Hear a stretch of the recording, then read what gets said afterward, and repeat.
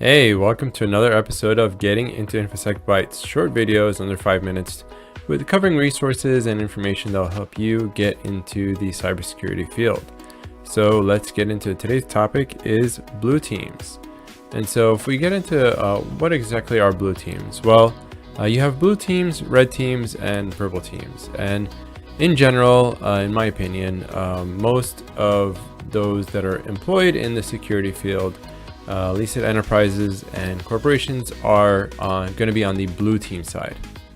So what is a blue team member? Well, Daniel Miessler has an excellent post on exactly what a blue team, red team, and even purple team, which is a combination of both. And so if we hop into the site here, we'll take a look, and he goes into different definitions. But in general, a blue team is an internal team that is focused on defending against attackers. And something I like to say to folks who don't know about what security field is, I try to tell them, try to keep the bad guys out and the good guys from shooting themselves in the foot. So again, an attack can be a malicious attack, but it could also be an accidental thing that maybe another engineer might do, or someone that has too many permissions doing something that they shouldn't do, whether it's maliciously or accidentally. That happens a lot. So that is something to consider. And so, we could talk about the history of the blue team. Blue team came from military simulations and war games. So there is that connotation between the blue team and the red team. And so if we look at here, we have here's a blue team working on field exercises, and then the red team working on, attacking. So just a side note, but in any case, what you want to focus on as a blue team member, and again, a lot of the jobs are going to be on this. That means you're going through logs, you're going through putting proactive and defensive measures to check for vulnerabilities in your system, to reduce the permissions of things that don't need it. So employing least privileged, for example, least privilege throughout the system, for example,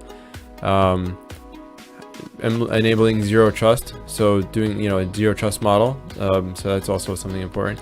So take a look at this article, take a look at, job descriptions that are out there. No one's going to say we're hiring a blue team member, but understanding what the blue team is important, and understanding, I think, I've mentioned the show, and my guests have mentioned the show several times, that we're all attracted to being on the red team and doing the penetration testing and things like that. While that is attractive, and I definitely encourage you to do so if that's something you're interested in, but there are other ways to the number of jobs that are out there that doing that full time are not that many compared to the blue team side. But you could do that on your own, as far as earning money on bug bounties and things like that. That's actually a very good way to do those kind of activities. And also, as a blue team member, it is important to learn those skills and have those skills. But there's a difference of learning those skills and then actually finding a job to doing it day in day. Knowing how to attack a system is actually very, very important, but also knowing how to build a system. In fact, I've heard pen test managers say that a lot of their pen testers don't have any sysadmin skills, and so they wouldn't know, basic system administration. But they said they wish they did, because that would be actually very valuable for them in their penetration testing work. So that's something to take into consideration. And that's about it. We're out of time today. So thanks for watching, and please like and subscribe, and we'll talk to you again. Thanks. Bye.